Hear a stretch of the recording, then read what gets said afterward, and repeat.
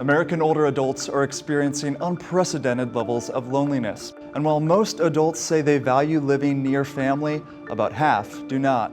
You see, the current generation of older adults lived in a time of strong community ties.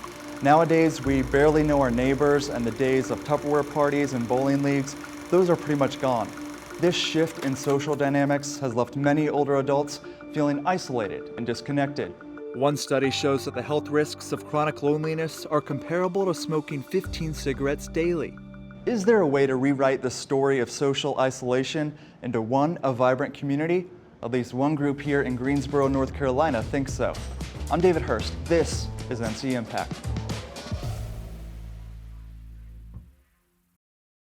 Social isolation isn't just about feeling lonely. It's a silent killer. During the peak of the pandemic in 2020, this was a huge issue. More than half of people aged 50 to 80 reported feeling cut off from others. But while these numbers have improved from the COVID days, it's still higher than before the pandemic. And a recent U.S. Surgeon General called loneliness and isolation an epidemic. Here's why this is so concerning. It's because we've realized that loneliness is more than just a bad feeling. It has real consequences for our mental and physical health. He says the government is spending an extra $6.7 billion on healthcare because of it. But what if there was an unassuming cure already in our hands? I'm so grateful for my first set of crayons that I got when I was probably 4 or 5.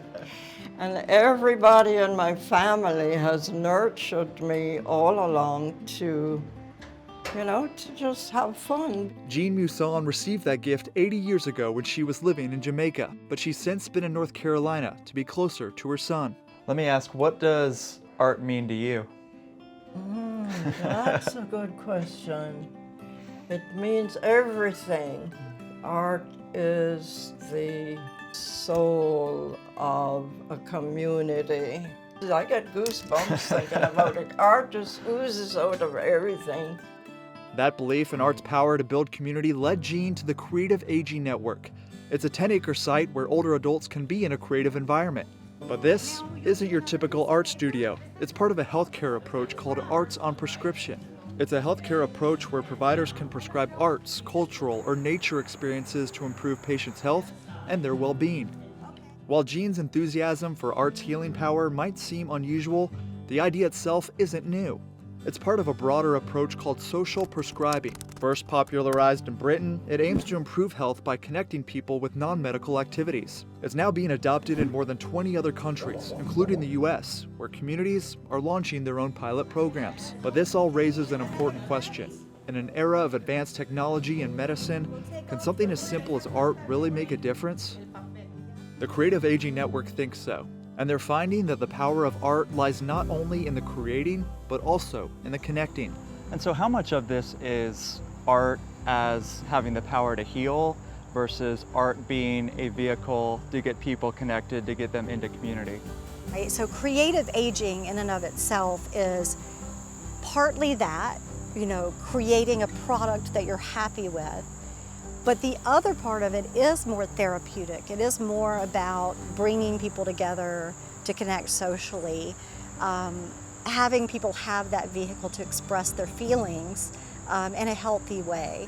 At first glance, the Creative Aging Network might seem to just be for seniors, but their approach to aging is different. Well, we're all aging. From the time we're born, every day we're getting older. But I've got another question here. How do you convince doctors to embrace this non-traditional approach, especially since prescribing art isn't exactly part of standard medical training? Well, at Mustard Seed Community Health, providers are testing this new approach. They found that traditional medical appointments often don't address underlying issues affecting their patients' health. I just think it's important that more and more people realize healthcare can't just be 15 minutes and a doctor and a pill. That really, if you're going to impact somebody's life, you got to go deeper. This is the Cottage Grove neighborhood in southeast Greensboro. It's here where Mustard Seed Community Health serves primarily low-income populations. Their experience highlights both the potential and the challenges of art prescription programs. It always comes down to trust. Especially, I don't know you, I'll feel uncomfortable, I'm not really an artist, what if people make fun of me? So the hardest part is getting them out the door and getting them here. And then once they come once, usually they're going to stay because they have a good time. When you see somebody smiling, who for the first 6 months you met them, never smiled, and if you see them smiling, holding something they made, proud, it just, it gives me chills. But access to these programs remains a challenge, particularly for certain populations. You see, Guilford County has one of the highest number of foreign-born residents in North Carolina. Research indicates that immigrants experience higher rates of social isolation and depression, especially after leaving established social networks in their country of origin. That's where faith communities like this one can play a part. Faith Action International House partners with the Creative Aging Network and connects these vulnerable populations with a program that brings them out of isolation. Antes de yo conocerlos, 2 años atrás, ellos eran personas que estaban en su casa, muchos de ellos solamente su diario vivir en su casa, trabajo y regreso a casa. Ahora puedo decir que cuando empezamos ellos no se conocían, mas ahora ellos ya son amigos, ya pueden hablarse por teléfono, algunas tardes se juntan a tomar un café y eso hace que ellos se sientan menos solos en este país. And as both an immigrant and an artist, Jean Muson has used her creative expression to build community. But it gives us a stronghold, you know, a root in this beautiful garden.